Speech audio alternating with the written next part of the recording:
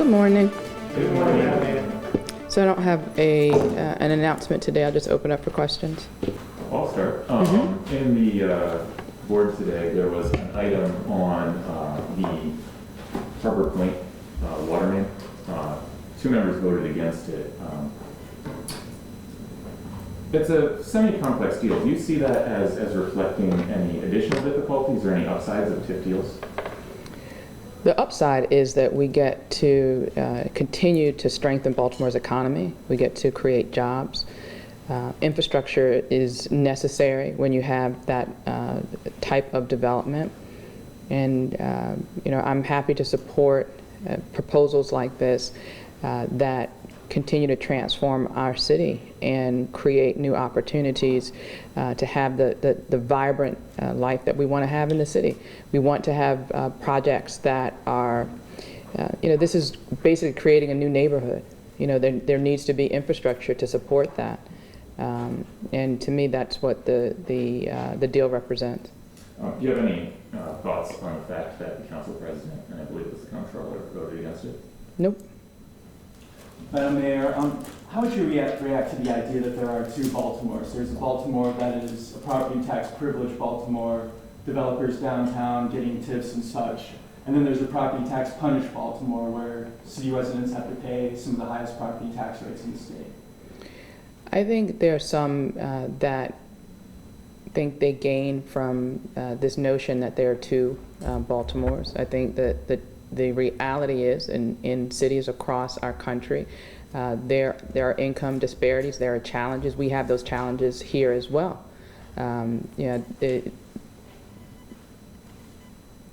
We are not going to be a stronger city without having a diverse population, and that's more than just me being creating a welcoming city. This is about income diversity. So if we think that we're going to, that magically Baltimore is going to be transformed by, the only thing that we create is either subsidized or affordable housing, where has that worked? If we think we're going to be a vibrant and thriving city for years to come only with market rate housing, where has that worked? You need to have a mix of development, and that's what I've created under my administration. And when we decide that we're going to be different and we're not going to pit one group against another, but look for opportunities to grow together, I think we'll be a better city. This notion that you have to, when there's a development project, that people have to automatically be against it, it's silly. But there is this notion that it's been an offset thing during this campaign that all the focus has been on downtown development and the neighborhood's been left behind. And there are many that say that there are many that believe that if you repeat that enough, that it's true. That's not true. So you're saying flat out. What I'm saying is you can repeat that thing that you just said 100 more times. It doesn't make it accurate. What's accurate is that there's been an amazing amount of development under my administration. Yes, we've had transformational projects downtown. We've also had a significant amount of development in the city.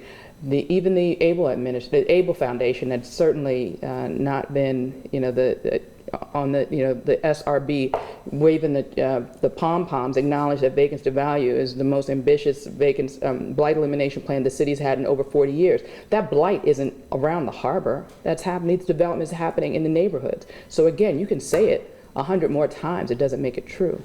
I'm not saying it, but just to be clear, my actual question was, you're saying that the neighborhoods have not been left behind. I am saying that the neighborhoods have not been left behind by my administration. What I'm saying is the notion that this blight and this abandonment has been created since I became mayor, and the only thing that I've focused on is on downtown is untrue, is being perpetuated by people who think by saying it that makes them better. It doesn't, and it's not accurate. The city has had neglect and abandonment for decades, for generations, and my administration is the first administration to develop a comprehensive plan to fix it. Sounds like you're sick of the TV ads. Oh, I don't watch the TV ads. I'm sick of people asking questions that don't make sense. Well, I'm just asking the question from citizens who talk to me every day and wondering where is their mayor?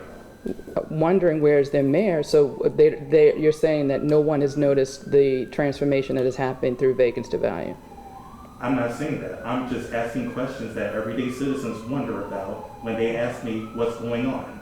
Okay. It is not my belief, it is not my personal opinion, it is the questions I'm just passing along from people who listen and read us. Thank you very much for You're that. welcome. Anything else?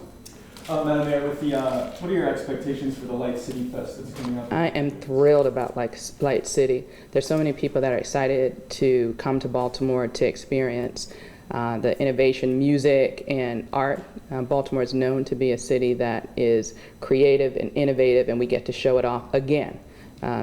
We've seen what's happened with festivals in the city. Artscape, African American Festival, they've taken off year after year. We're celebrating the 40th anniversary of the African American Festival, and I believe that Light City has the ability to be a festival like that. That people from up and down the East Coast will have a chance to, will look forward to coming to every year.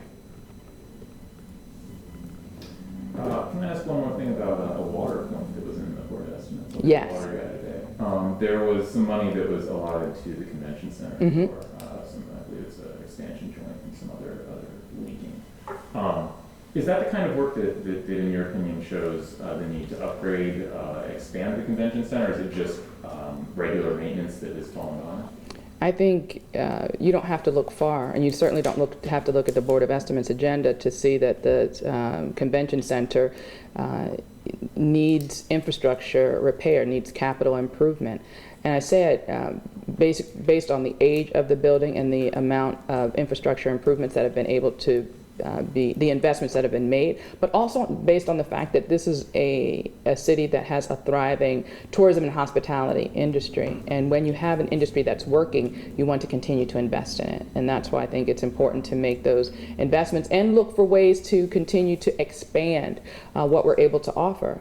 Because again, even through the recession, our tourism hospitality industry was one of the most resilient industries in the city, and I think that it will continue to be a strong industry moving forward, and we should look for ways to support that. Have we presented the budget yet? Mm-mm. When is that? We're kind of on that. Next week. Next week. Next week? What's What do it you think? We presented it and you missed it? No, I was like, I've been really sick last week, so I may have missed it. It's going around. Oh, man, wicked. Yeah, because it's the third week of March. So how does it look? I mentioned before, I think, here that we were facing another year with deficits. I can also say that because of the work that we have done, and I mentioned that in my State of the City, because of the work that we've done, making the tough decisions to right-size the government and deal with the structural deficit, the deficit would have been at least twice the size it is now. It's, we're not out of the woods as far as needing to continue to create a more effective and efficient government, but we will be able to deliver on our promise to continue to reduce property taxes. And I think we will be able to deliver on things that will continue to move the city forward. So there will be a property tax cut in the... Yes.